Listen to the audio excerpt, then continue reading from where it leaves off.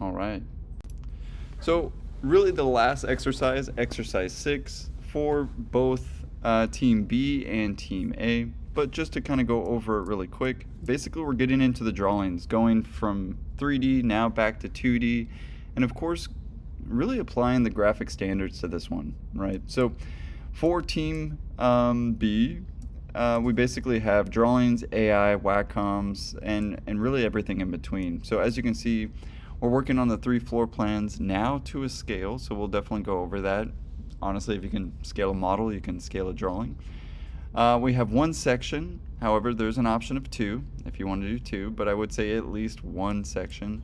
Of course, the process diagrams and really exercise 3, so kind of like, where this came from, how it started. And last but not least, 1 exploded axonometric. Now for Team A, keep in mind, I'm keeping you guys can go all the way to 10 weeks. So if you need that extra time, that extra week, if you will, you'll be doing Revit kind of at the same time. But again, if you want to finish that project, so Christian, I know you're Team A, you have until 10 weeks, right, to of course work on your project, right? But essentially Revit and that project will be due at the same time. So do keep those things in mind. We do have a basic schedule. So obviously today, week 7, kind of the study model due, that was the original intention, but as I just suggested, guys, really, if we can get it in by next Wednesday or next Thursday, that's absolutely fine. So I know it says Wednesday right here, but again, I think I'm going to give you the extra day as well, and we'll just end it on a tight note on next Thursday. But as you can see, I got plenty of Photoshop elevations tutorial. I'm going to talk about plan today, and really get us start off in part 1 is, man, how do we even get something like this into Photoshop? How do we, what's that workflow look like? So part 1 is really just kind of going over the requirements, how to set up these drawings, which I would do first in Rhino, and then of course taking it into Illustrator and taking it into Photoshop. Next in part 2, we'll go over some of the Wacom stuff, a lot more Photoshop stuff, and by part 3, we'll go into a little bit more perspectives in Photoshop. So there's definitely a lot to talk about. So let's just get right into it. And as you can see, we need floor plans, we need sections, and if you haven't noticed yet, the best tool for that is of course Clipping Plane. So we left off last time of making my STL model. We turned this into groups, that way we can make it a little bit easier for ourselves, making the topography, some of the structure itself, and then of course the abstract objects. In my case, I really probably just need 1 for today. These are really the same thing, just grouped. So I'm going to basically just take 1 out. In my case, we'll use the best command ever, which is Clipping Plane. And basically the way that it works is kind of like your section plane, right? If you know anything about architecture or graphics class, you'll start to realize that in planimetrics, our floor plans are essentially a section. Our sections are a floor plan. They're basically either a horizontal cut or a vertical cut. So in our case, I'd want to make that floor plan first. And I know I've probably mentioned this before, that the clipping plane only works in the view that you've set it to. So for instance, right now we can see it in perspective view working wonderfully. But also keep in mind that in another view, we might have to change the properties. So for instance, right now, no matter what I change here, it's not changing it in the top view. So we'll go to my properties, and of course make sure that view is enabled. Once you see it enabled, you should of course see that viewport start to change, which is super important because, well, if we're going to get a top view, I need to make some executive decisions here. So obviously this would not be the greatest first floor plan, right? I mean, it's just got a stair going up. I'm going to have some sort of break, and as you can see, we have a lot of poche going on. So don't get me wrong, we're going to make 2D this situation, but it's not going to be perfect, right? It's not going to match graphic standards perfectly yet. And if you haven't taken Graphics 1, then you're really going to be like, what is graphic standards? So don't get me wrong, we might have to look at some other projects and go, oh, they have up arrows on the stairs. Oh, they have down arrows on the stairs. However, for some of us, good morning, Gavin, who've already taken Graphics 1 and Graphics 2, of course, now we need to apply those same things that we know and love, of course, to these drawings. But the first thing to decide is where it gets cut. I would highly suggest, it says 3 floor plans. I would suggest 1 floor, 2 floor, and then really the top one is kind of like a roof plan, right? It's kind of seeing it from the very top. But what I really like about Clipping Plane is it's a very intuitive way of going, oh wow, that that's where I'm cutting in a floor plan. So as you can see, I may want to just get the stairs. I may just want to get to a portion. Now keep in mind, my model, it's true, it's not completely entirely finished. For instance, I've got some things in the way that were never really decided, and maybe I should have kept maybe that last model, but for y'all's sake, again, it could still change. So we can ungroup these things. And of course delete them as necessary. Like in my case, I'm pretty sure I deleted both of those too. But again, practice my method, not necessarily what's existing in my model. But for something like that, that's actually looking pretty good. I could potentially show this as an overhead plane. I could show the stairs underneath. I got the topography going. And it's a really nice way to introduce. I'm gonna go up these stairs, and maybe have a break line right here. So that's looking like a pretty good formidable first floor plan. So I'd wanna take everything, make 2D, and of course start setting up my drawings. Another thing that you'll notice is that these are essentially all on 11 by 17. Yes, usually at 1/4 scale, it only typically fits about one floor plan. So we're gonna have several 11 by 17s in portrait mode. Oh, don't wanna lose that. My ID is always falling off. Actually, it fell off one time and somebody returned it to the lost and found. Anyway, so let's set up those 3 drawings first. So that one's looking pretty good. It looks like I already made 2D. And look at that, we got something to start off with. Now again, that's not like exactly what I want to take, so we'll move it and we'll get it off ready to the side. Very often I kind of set it off to the side. We've already got our 11 by 17 ratio, so I'm going to take that one, and the last thing I need to do is just make it to scale, so nothing too shabby about that one.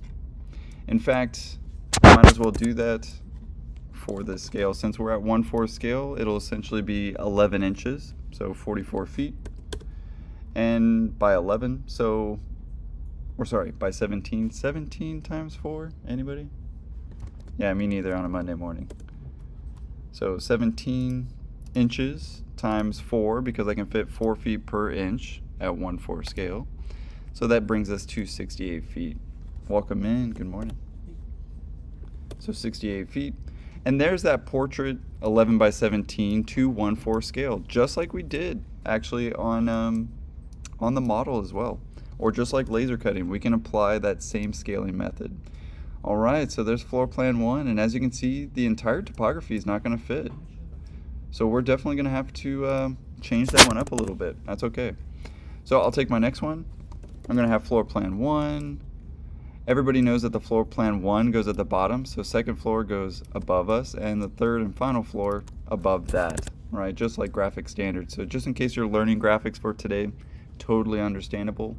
One thing I would suggest is, and I'll bring up this PDF on our Miro, even though I'm for educational purposes only, I'll put a copy of my graphic standards book. That way you can of course take a look at it and maybe even refresh yourself. Oh yeah, those things are supposed to look the way they do. Anyway, line weights and everything like that. Let's get our second floor plan. All right, so we're just gonna move our clipping plane up, right? And make a decision, right? So we're already coming up. Now, of course, I think your model will make a little bit more sense than my model today. But if it helps, kind of going from one floor, okay, so 1 floor, I'm gonna keep going up. My second floor is maybe this deck area. I don't know, right? Maybe it makes a lot of sense to have some deck area. Be careful, I wouldn't necessarily want to chop into something that doesn't make sense, right? I wouldn't want to have like all this poche and all this poche. It's going to look like it's a wall, or looking like I'm going to hit something, which in my model is probably actually the case. However, in your model, you definitely want to check these things, right? I mean, like in my case, holy crap, I should have probably gotten rid of some of this stuff inside here, but it's okay. It's for the sake of tutorial today. But yeah, I definitely wouldn't want to cut through that in front of my stairs. I mean, clearly, if I didn't know, I know now that, of course, Clipping Plane has revealed that my plan doesn't really work yet. And that's okay. If that be the case, maybe I need to refine my model a little bit first, and then, of course, do a Make 2D Clipping Plane floor plan again, right? As you guys know. But let's say, for the sake of tutorial today, that was a good-looking floor plan. Not too shabby. Oh, I don't want to move that. I want to move my clipping plane. There we go. But yeah, I want to get that second deck. It's looking pretty nice, and actually there's this piece in the way, so I'm totally just going to get rid of it. again, for the sake of tutorial today. But that's looking pretty good for my second floor. So again, highlight, make 2D.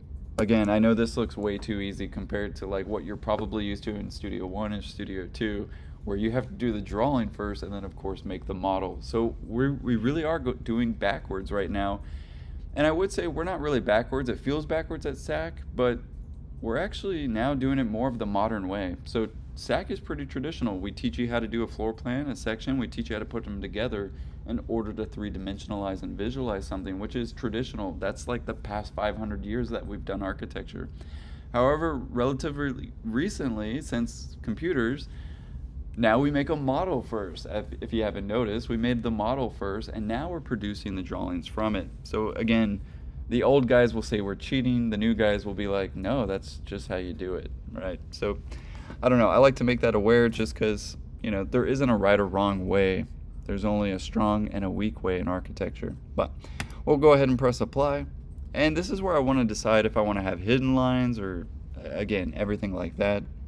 And we're only going to do one of these floor plans. We're only going to bring in one today in terms of Photoshop just because, you know, realistically you kind of want to do these one at a time, but arguably do you, right? Because we could do actually all this line weight at once, especially if I was super organized with my layers and I got everything going. But again, as you'll see today, we want to do all that work in Rhino first. But last but not least, probably the easiest floor is just the very top. So we want to show it from the very top, or maybe I want to go big. I mean, if you want to have 3 floors in there, you don't necessarily have to show us the top, is what I'm trying to say. Does that make sense, guys? So I would just choose 3. If you want to go 4, that's great. But as you can see in mine, it is an absolute cluster cuss. But, let's make a final plan. So in my case, let's just go for the very top. And again, go back to that floor plan or that floor plan view. And of course, make 2D. Next, I have the 2 sections. So I'd want to produce those 2. I mean, realistically, I might honestly do all these drawings together, especially if it was a real project. I would definitely do it all together. That way there was kind of a consistency with the drawings themselves, but that's just me. Let's get the sections. Super easy. We're just going to flip it. We're going to gumball it 90 degrees. Bam. We got a section just like that. Man, the stuff I wish I could have done back in the day. But that's looking pretty sweet. Now, the hardest part about the section is picking the right view to make 2D from. I think the top view is pretty simple, pretty straightforward. But honestly, you can get caught off a little guard on this section. You can accidentally get the right one versus the wrong one. So do be careful in terms of that orientation. Maybe I do want to reveal this kind of circle component and the stairs that are going along. Honestly, that's looking pretty cool. So I will take that one for today. But I'd kind of want to be cognizant. So for instance, on this section, I noticed the circle element is kind of to the right. And I'd want to make sure in that view that, oh, it's to the right. So in my case, that looks like the right one, but I'd want to double check.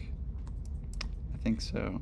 I think that's the right one. Got a lot going on here, so I'm going to take the whole thing and of course make 2D. Now in my case, it looks like it's not actually cutting there, so I'd want to check my clipping plane and go, ah, there it is, right? I've got the wrong one, right? So again, make sure clipping plane's enabled for those pieces. Now it looks like I have the opposite side. You see that? It's not on the right side, it's on the left side. So instead of the front, I'll take set view and go to the back. Awesome, there's the section that I need, right? The make 2D. So I'll take that one. Yeah, sorry. Do you keep track of your clipping plane if you put it on your drawings? What is that? Oh, like to kind of put it there. You could actually take this level, right? So that's what is kind of nice. It's showing you the exact level. You could instantly put that line in the section or in the floor plan, right? You obviously definitely want to have your section cut lines, and that's a good point. I'll make sure that I don't forget that. But yeah, you could just keep track of course, where you're putting it. You could also make a measurement of how many feet that was above per se, right? You could take that length and see that, oh yeah, it's, 38 feet up, those kinds of things. But great question. Yeah, because you definitely want to keep track of that, as we do, of course, in any other drawing class. But that's looking pretty good. I don't know why. Oh, there it goes. Make 2D. Oh, wrong view. Make sure you got the right view when you make 2D. The hidden lines might be a little much on that one, so I'm going to take the hidden lines off. And as you can see, I got the wrong one. Or it didn't quite make it. It looks like it only got a little bit. Alright, let's try that again.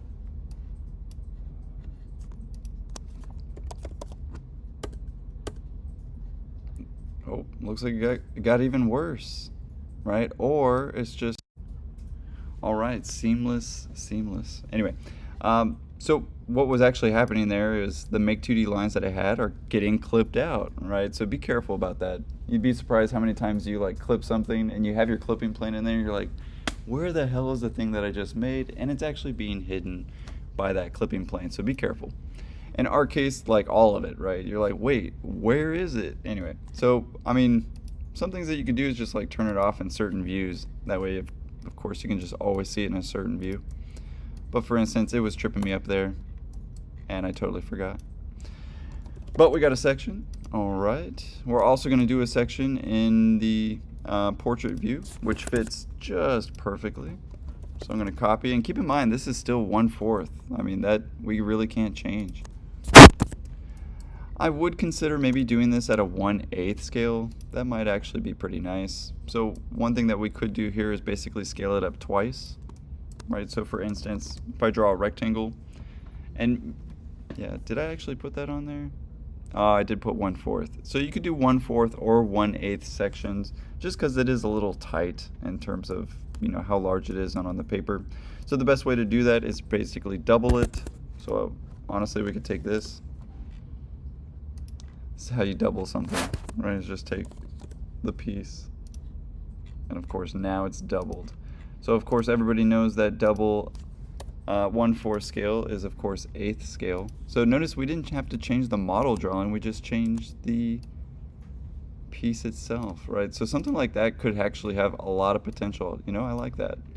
You know what? I'm sticking to it. Let's do 1/8 for any sections. I think that might look pretty nice. But again, you can kind of do either or on that one. Let's say I wanted to get the other section. Beautiful. All right, we just rotate it again. Boom. Another section. Again, I can't tell you how many times I've struggled drawing sections my whole life, only to realize that I could make the model first too. That's looking like a pretty decent section. I like what it's cutting. It's not too shabby. Let's bring it out a little bit. It's a little too much. All right. Clearly have a wall in the way. My bad. Of course, your model will be that much better. But yeah, if I wanted to show anything, right, I could show all of that piece, all of this piece, and then you can have multiple sections, totally, if you'd like. But that's looking pretty sweet for today. I like it. Let's get the other side. Hopefully I should have that view. So we might need to go to it. Oh, it looks like the left is there, but it looks like I've got the wrong side. So let's go to the right side. Sweet. So that's looking pretty nice. We'll take it, make 2D, and enter. So as you can see, I'm setting up every single drawing, and I can't express that enough because, well, what happens if I make the floor plans and I keep working on the model? Uh-oh, those floor plans are wrong, right? Or they don't actually show all the changes that I possibly made. So don't get me wrong, you want to finish the model first. So if you're still kind of on that last minute steps of, oh man, still making the STL model, still getting things printed, that's why we did the model first, right? And actually in Chronodal Studio, he often does the model first and then produces the drawing even as early as D1. So you'll be quite familiar if you're in Chronodal's D1 or D2. But in our case, not every professor is the exact same, so do be aware of that, right? But we got our second section, and I'll get my section bounding box, and that's looking pretty sweet. The last one that I wanted to go over, because the process drawing you should already have, right? And what I mean by that is kind of revitalizing this one, right? This one right here. So basically show us a diagram or maybe a massing model of how you basically came about that, right?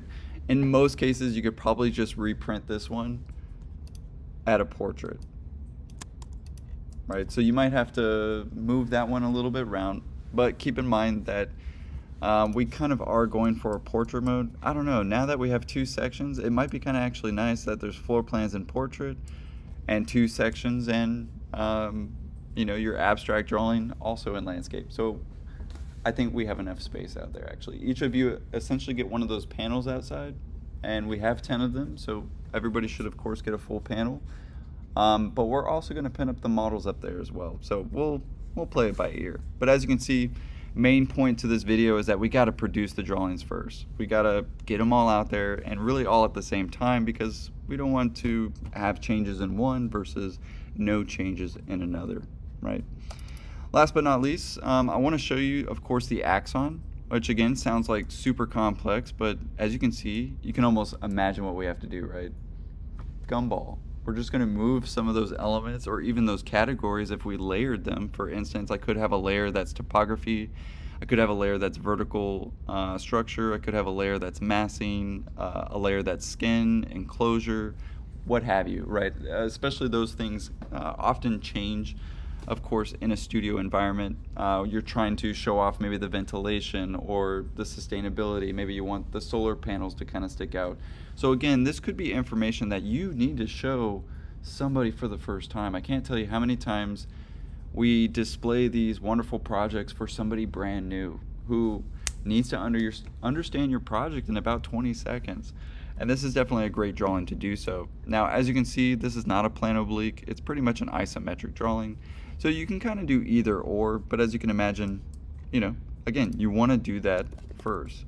Now, we can't really give a scale to the plane oblique, or sorry, an isometric drawing, so I'm just going to kind of make that one, give or take. It doesn't really matter what size as long as it's the right ratio.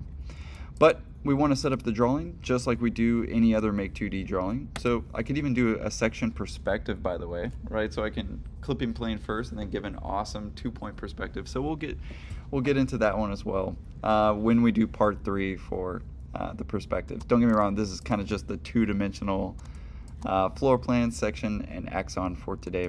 How to get them in Illustrator, and of course we'll end with getting it in Photoshop. But in our case, let's get rid of that for today. That clipping plane, it can come back. We can hide it too. I mean, not the end of the world. However, if you hide it, keep in mind the clipping plane is still there. So you might have to delete it or just move it really out of the way. Again, be careful with that clipping plane. You might as well just delete it. You can always bring it back if you must. But looking pretty good so far. So let's get that axon. So we'll go back to the model. Typically I make a copy because I kind of ruin the model, if you will. Right, so kind of want to take that one. Oh, actually the wrong one. We don't need any of that stuff. That was just helpful. We'll make a copy. That way, just in case we mess up, we'll be okay. Now the first thing I kind of want to establish is the angle. Very typically I kind of go 45 degrees. It can kind of be a little off, so some people do 60-30, and that's a pretty nice view too. But I'd basically want to decide that here, right? The next thing that I could do is basically lock in that angle, right? Or pick an angle, right? I could set that view. I could go to an isometric view and basically, pick one. In my case, not too shabby. Well, that's looking pretty sweet. Nice. I kind of like a little bit of an off angle though. That way some of those lines don't hit each other. Again, it's an architectural preference. But from here, this is where I would want to maybe use my labels, right? Use my layers. Now, I didn't layer mine so great, not gonna lie. You can also take a lot of things at once and of course turn them off all at once, so just want to express that. But essentially now we just need to move stuff up and down, right? So for instance, I would highly suggest that you probably keep the verticals in the topography to kind of set that motion. We're going to kind of see these things kind of slide and lock on, if you will. So again, I'm just going to basically turn on a layer one at a time until I kind of see something that I need. So for here, I'm going to take all these and I can lock them. Sweet. So I can do that essentially one at a time. So I can take all these. And we can more or less act like we're sliding those across. Now I wouldn't want to turn them like I just accidentally did. But yeah, more or less. And you kind of want a little bit of space. This is kind of why you want to establish the view first. right? Otherwise, kind of be everywhere. So let's try that again. I just messed up my view. So set view, isometric. Let's go with that view again. Lock in. And I would probably actually save that one. So for instance, I can go to set view, named views. Of course, I already had mine going, so set view. There it is. Oh man, come back. I accidentally unlocked it, my bad. Third time's the charm. There we are. So right click and new view, or this little box right here. And we'll call it Axon Exploded. That way we can always come back to this view. Because that one is particular, right, to say the very least. I'll accidentally move it like that and be like, crap, right? Go back right to the view. Next one, lines. Nope, don't use that one. Grid. All right, let's get some grid in there. Now, this is where it can kind of get interesting as well. You don't necessarily always have to go up. You can kind of go to the side, you know, especially like certain elements, maybe such as that one or this one. Maybe all vertical elements this way. I'll kind of pull them out, if you will. I'm a little off there, and that's okay. And if we see a little bit of overlap, that's kind of nice, right? You kind of want that overlap. I could force it to the back, right? So again, I'm just really selecting random ones, kind of as a category, and again, for the sake of tutorial. But again, this is where, like, if I had windows, I'd pull out windows. If I had doors, I'd pull out doors. You know, certain categories, right? To let that overlap a little bit and actually maybe reveal what's going on in terms of my model. And maybe last but not least, we have this one at the top. Not too bad, right? Maybe starting to get, you know, the point across. Oh, let's get this guy out of here. We'll put you over here with everybody else. Actually, for the sake of tutorial, we'll get rid of you for today. Actually, I don't like that one in the back anymore, right? It's kind of a bit much. So I don't know, I'll take that piece and I'll move it off to the side. Put it on that side. Perfect. Look at that. Nice and open. Be very careful with Gumball. However, again, for the sake of the tutorial, I'm just kind of deleting a few things to make it look at least presentable.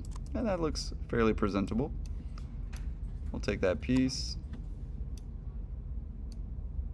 And again, it's like making a new model. Can you imagine trying to do this in real life? You'd have to suspend it. You'd have to get little wires involved. You could do it, and I've seen people actually make some really great exploded physical models. But let's face it, we can make it way cheaper and a lot easier, of course, in this program. So I'll go back to that view, double click, and I may want actually the shade and shadow of this element is too, right? So again, setting up that view is key, right? Because I may want to actually overlap that view or Photoshop it a little bit, and again, may need to go back to this exact view. But in my case, that's looking pretty good. Make 2D. Sweet. We don't need hidden lines on this one. That one would be atrocious. But usually three-dimensional views do take a hot second. Especially if I'm in rendered. Please don't crash, please don't crash. You'd be surprised, rendering in Make 2D, it does start to crash your system. You got it, bro. Nice. So we'll go back to a shaded view. And wonderful, there's that view we need. Not too shabby. We'll take it. In my case, I think I have everything locked. So we'll turn all that back on. There we go. And turn that all back on. Nice. Oh no, it doesn't fit. What do we do? Just make it slightly smaller. But again, you'd want to do all this, because if you had to do this in Illustrator, it'd be literally a pain and a half, right? But this is where we could start to finish the drawing. So what I meant by that was, well, obviously we can't have stuff hanging off the page, right? So I may need to explode, ungroup, right? So usually by default you want to ungroup something, as you guys probably already know, right? I'd want to get rid of things that I don't need yet, right? Or don't need anymore, right? Or maybe even want to continue the drawing in some capacity. I could add, right? Especially if I had other contacts, other buildings, and just didn't have time to model those things. I would just draw them in 2D. Why waste your time? But something like that is starting to look a little bit more formidable. You know, I could even extend some of these lines, right? So extend, right? And what's nice about the curved is they're going to extend that curve. So, I mean, fantastic. Don't get me wrong, this is probably not what the topography does, right? As you can see, not always great. But again, what a solution, especially in the real world, where we often have to go quicker than we anticipate. Same in studio, right? I mean, how many of you guys have, if I just had more time, right, the drawings would be so much different. But already right there looking so much better than the other one. Now, I could get the text involved. I mean, we could say floor plan 3, everything. I mean, we can get it all in there. We can get it down to the very text format. What I really like about Rhino actually is you can do different things with the text. Arguably, you can do that as well in Illustrator, just as easy. But again, everything about the drawing, I want to figure it out here in Rhino. And really, I'm going to have to pick a stopping point. That way I can show you the workflow. But again, can't make that point any more clear. The next thing that we could do is find the level of poche. So the way that we make some poche, and it looks like I've got some hidden lines on this one. That's okay. I may or may not use the hidden lines, but you know, it is actually looking pretty sweet. But kind of hard to understand where the level of poche is. So again, when I say poche, I mean showing where the cut is, right? So if we go through a solid element, that actually becomes either a larger line weight, really thick, to indicate that it's being cut, or it becomes some sort of solid material, right? For instance, we call it poche, but it could reveal that it's filled with insulation or wood or steel or, again, some sort of material in a graphic situation. Again, refer to Graphics 1 and Graphics 2. But in our case, the way that we would do that in the program is hatching. So hatching is poche. I don't know if I've actually hatched for you guys yet. I've been doing that for my Graphics 2, but usually the first thing that you want to do is set it into a boundary mode. So in my case, there's a little box that says boundary. Now, once you've typed in boundary, essentially you'll select everything that you want to be of that boundary, enter, and now it's more like a click and fill, right? So in this situation, I'm gonna have to fill kind of every single piece there, but that would show us cutting through that vertical column. Is that making some sense? I know practically a review for some of us, especially if you've already, or in studio right now, but I know not everybody's taken studio yet, so I do want to make sure I get some of these points in a nice general and universal way. Now, probably arguably the hardest one that people struggle with is where the stairs get cut. And keep in mind, I don't want you to just make like a gigantic poche. So for instance, oh, I forgot to get that. Let's get that. I am cutting through my verticals, so I'd want to cut through all those. And as you can see, I've got some hidden lines, so I'd probably want to get rid of my hidden line layer. You probably don't need hidden lines for your floor plans. I'll just say that now. But as you can see, I'm basically almost like a live paint, right? Just kind of fill bucket tool, showing and indicating where things are actually getting sliced in this horizontal section, also known as a floor plan. As you can see, in my case, it's getting every little boundary, but doesn't always get them. Keep in mind, let's face it, at certain angles you won't see it, right? But if I'm cutting through it, you know, definitely got to show it. And this is probably where I could trim up things first, really dial things in, right? So that I wouldn't have to do all this extra work. But yeah, I would say this is probably a majority of where the time actually exists, or that we work on in studio, is often the plans. Not really so much the model, which is why it's very dangerous to hyper focus on a model. I've explained this a little bit in Team A's project, right? Where you almost want to find a stopping point. It's really cool that we can put all the furniture in there, but until we get into the real world, honestly, you'll never be asked in studio to go that far, if you will. unless it's a comprehensive studio. But once we're done, we'll hit enter. We can select a solid poché. And again, kind of set it up easy for us in Illustrator to just change that color instantly, right? The next thing that's probably hard for people to understand is that break line. Where do things actually break in terms of the stairs? So for instance, let's say my stairs broke here. I'd actually just draw a polyline, right? So in my case, fake it till I make it. And very often I would do something like this. Your typical break line. Enter. Typically everything above it becomes hidden or goes away, right, to say the very least, and everything below it, of course, starting to show where that break line is. The next thing I want to show, obviously with just some simple lines, maybe actually drawing the arrows themselves. I don't know about you, but I'm a pretty good arrow drawer, if I do say so myself. We'll mirror that one. Maybe I spoke too soon. There we go.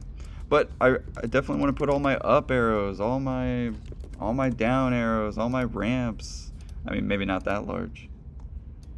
But again, I hope you get the idea that you want to do that work somewhere. And arguably, it's a lot easier doing that all in one program. But let's say we were done with our floor plan for today, and let's say we were really done with all of our drawings.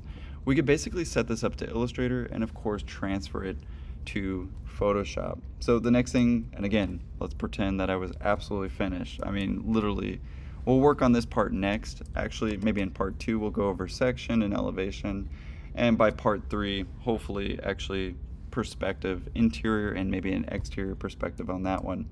But let's get it into Illustrator. Let's change up its line weights. Let's take all of it, right? We'll file, export selected, and we'll bring that bad boy into Illustrator. So in my case, I'll save it as an Adobe Illustrator file. I don't really have to worry about scale so much because I have those bounding boxes. However, keep in mind, you can scale these things. So maybe this is the first time I really get to talk about scale.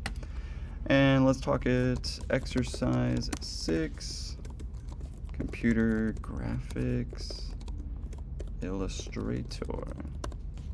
And we'll put that somewhere formidable, SAC, computer graphics this year, and we'll put it there for now. Now, this is where we go 1 foot equals an inch. God, that would be awful, right? I mean, that's a lot of paper, right? In our case, we could put 1 foot equals 1/4 of an inch, since most of our drawings are at 1/4. However, keep in mind, not every drawing is exactly the right size. So you could do it that way because it is a true scale model. You could snapshot to view. We could do either or in our case. But from here, as you guys already know from literally the first exercise, we open it up in Illustrator. So this is a little bit of a review. I'd want to change my line weights, and arguably I could do that all at once with every drawing if I know what I'm doing. In our case, computer graphics, summer, and of course take that exercise 6. And by default, it's going to have a lot on here, right? It's just going to be everywhere. Kind of off to the side because, well, my drawings were kind of off to the side. But this is where it gets fun.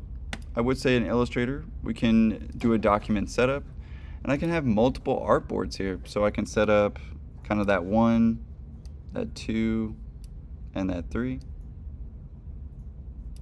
Right, all 11 by 17. In my case, it's like, whoa, bro, you're off the page. So it's okay.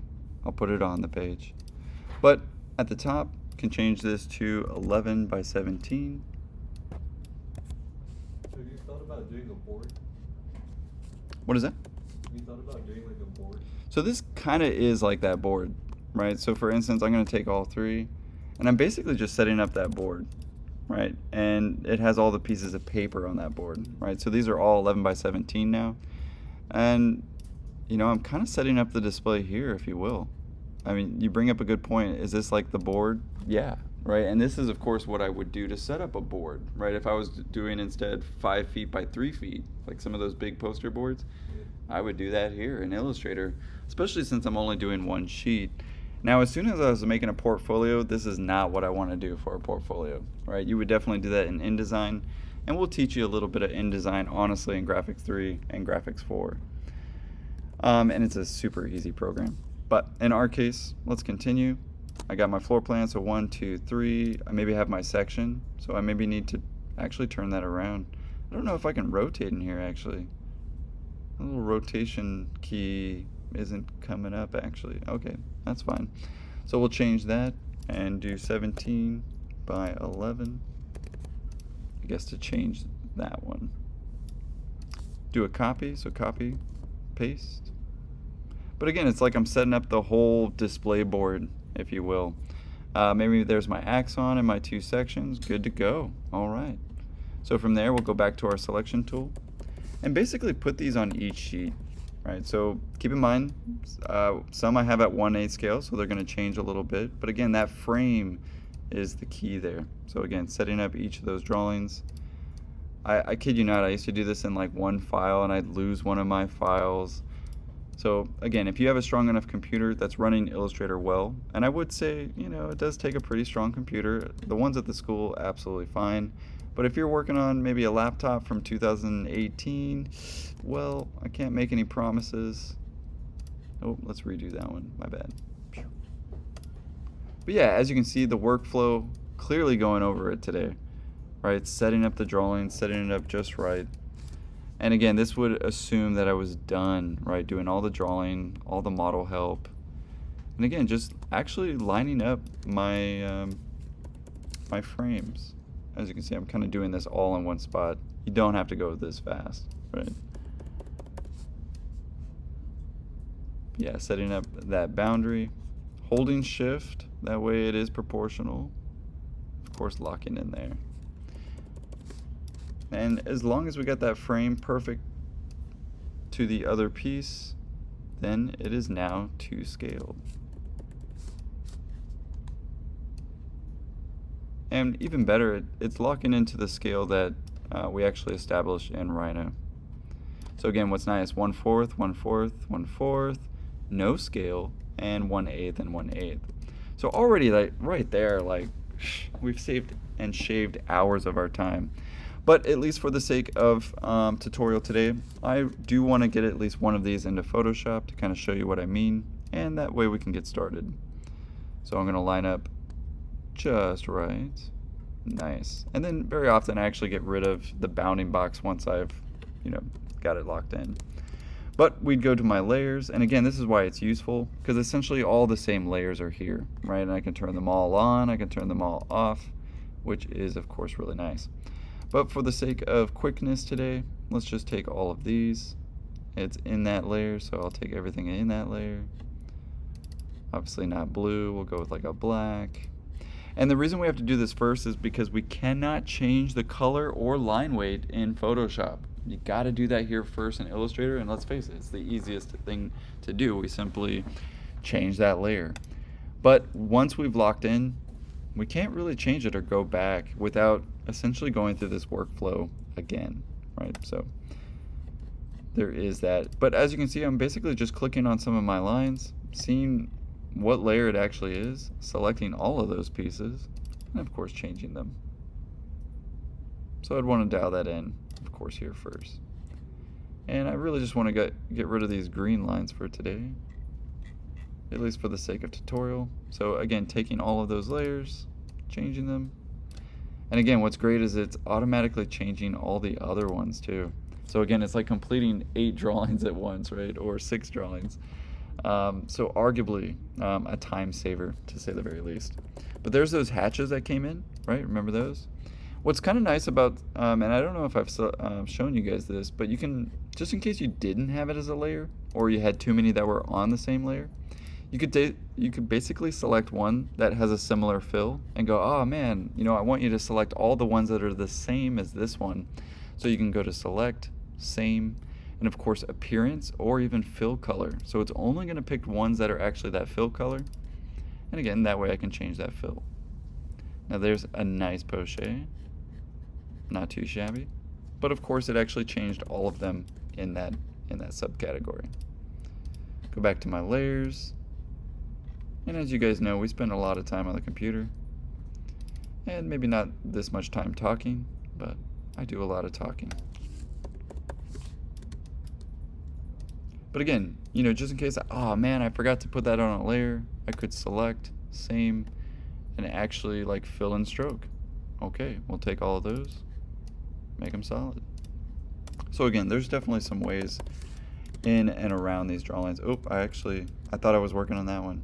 But again, getting a lot done, and I can still be minute. I mean, don't get me wrong, maybe in my Make 2D, I would even relayer it again, almost as like this drawing. So section 1 layers, section 2 layers, section 3 layers. You could do it that way and have known friends to do it that way as well. But my OCD is kicking in, so I kind of want to shape up some of these drawings. Get over here. It's absolutely bugging me. There we go. Excellent, got another line in there. Oops, my bad.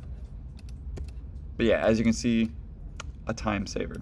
However, from here, the best part, and arguably a little bit different. So let's say I was done with my Illustrator. I got the line weights, I got the drawings done. The next thing that I want to do is basically make these files. Now, unfortunately in Photoshop, we can't do the same thing that we just set up, right? I can't set up multiple artboards or things like that. But again, what is nice is, of course, I can do a new file, 11 by 17. So width 11, 17. Have a good one. We'll set this to 300, and we'll basically create. And we basically just drag and drop. I kid you not. And it turns it into a smart object that we can basically start filling in. So let's assume, again, assuming that this is drawings done. It's got my up arrows, it's got the graphic scale, it's got the north arrow, maybe some scale figures. So don't get me wrong, we're gonna add on to this, but I really just want to go over the workflow today. We'll highlight it all and drag it right in. I'll go to this program, and just like that, it turns into its own layer, right? It's what's known as a smart object in Photoshop. But what's really nice is, well, now it's a pixelated piece. You'll notice that Photoshop is a raster program. It only works in pixels. In fact, if we zoom into Illustrator, you'll notice something very different. And some of you guys may have noticed already. Oops. Accidentally dragged it over. There we go. You'll notice that if we zoom in and zoom in and zoom in, it never becomes pixelated. And that's because Illustrator is a vector program, right? It's actually using just a bunch of calculations, and that's how it's producing the lines that we're seeing. However, this is controlled by our DPI in Photoshop. So keep in mind, if you'd like a stronger and more crisp drawing, and you notice it's fuzzy, you may need to actually increase the DPI to 400, 450, or maybe even, well, 450 is probably the kind of max on there. But keep in mind, when it comes to lines, printing from Illustrator is always going to be better. It's true. Whereas in Photoshop, once I need to add, some spice or textures or shade and shadow, or again, just some extra qualities that Illustrator doesn't do so well, keep in mind that it is now strictly controlled by the DPI, right? But it is looking pretty good, and we're using a pretty strong 300 DPI, so it's not too shabby, but you can start to see some of that fuzziness, if you will, coming into play. But let's assume that we got them all now. So again, I would do this for each drawing. File, new, 11 by 17. And I'd basically make floor plan 2, floor plan 3. But what's kind of nice is now I have them, all put together, in a Photoshop file, so I'd have each individual drawing. Now, the truth be told, I do have to do that essentially one piece at a time. So I'd go back to Illustrator, go to floor plan 2, and basically drag and drop that in. Now, looks like I got some of my errors, but as you can see, ooh, it brings in those colors too, which, by the way, can't be changed unless I'm really good at Photoshop. But arguably, I'd want to make those changes first in Illustrator. But again, let's assume that we transferred everything over, and let's talk a little bit of Photoshop, or at least how it starts to work in our last 20 minutes that we have in this tutorial. So we've gone over a little bit of the workflow so far, but what was the reason? I mean, why did we get to this point? Well, because arguably it's a little easier to add some character in Photoshop. So one of the first things I'll add is maybe something to this topography. Maybe I want it to be green, maybe I want it to reveal the grass, maybe I want something hyper realistic, or again, maybe something slightly cartoony, Whereas in that vector program in Illustrator, it's going to be a little harsh, a little direct, a little computery, if you know what I mean. It's almost too perfect, like Toy Story 1. So very often we kind of want to add the bumps, the character, the imperfections in order to make that ours, right? You know, a little bit more artistic, to say the very least. But in our case, I'd maybe want to make a new layer. In my case, I'll call it the grass. And we'll do a couple of different grasses for today. That way we can start talking about Photoshop. But in my case, let's get the grass involved. And one of my favorite tools of all time is the Polygonal Lasso tool. Let's make that a little bit bigger. That one right there. However, if you right click, you'll notice by default, usually it's in a regular lasso tool. And if you just don't even see that, be careful. Just like any Adobe program, we want to make sure that it's either in Essentials or Essentials Classic. So we'll switch that to Essentials, make sure that our Polygonal Lasso tool is enacted. And let's face it, in architecture, we do a lot of 90-degree angles. And again, I should have definitely changed those dash lines in Illustrator first, right? Because now they are a pain and a half in order to get around that. Now in our case, I can trace things, and let's face it, I do have to trace things. However, on the Wacom, I will say it is a lot easier. But in my case, I do have to go around these items. Or I can get really smart with the spices. I had this one friend, he goes, well dude, just get the entire thing and then subtract, right? So very often he would actually take the whole selection. And what I want to do, bless you, what I want to do is basically have some grass, but I don't want to have grass on my architecture, right? So you'll notice I can actually hold Option or Alt on Windows, and I can subtract from these pieces, right? Maybe I want grass to come in a little bit there. Maybe I want no grass on here, no grass on there. So don't get me wrong, I can do one or two of selections, right? Either deselect or select everything. So you'll see what I mean, of course, once I make my selection. There we go. Now I've deselected everything. You'll see we have the running ants, which is, you can start to see it at least in the projector. It is pretty hard to see in the screen recording, but we often call them the running ants, right? That way, if we brush something, so I'm going to take my brush tool, real big, real quick, so you can kind of see what I mean. And no matter where I go, it's basically going to start coloring, but it's not going to color my architecture because, well, I've deselected it. So don't get me wrong, I don't want yellow grass for today. And very often, I kid you not, I typically brush things in. I find the Formidable color, that's looking like a pretty nice soft and foresty green. I'm going to take down my opacity.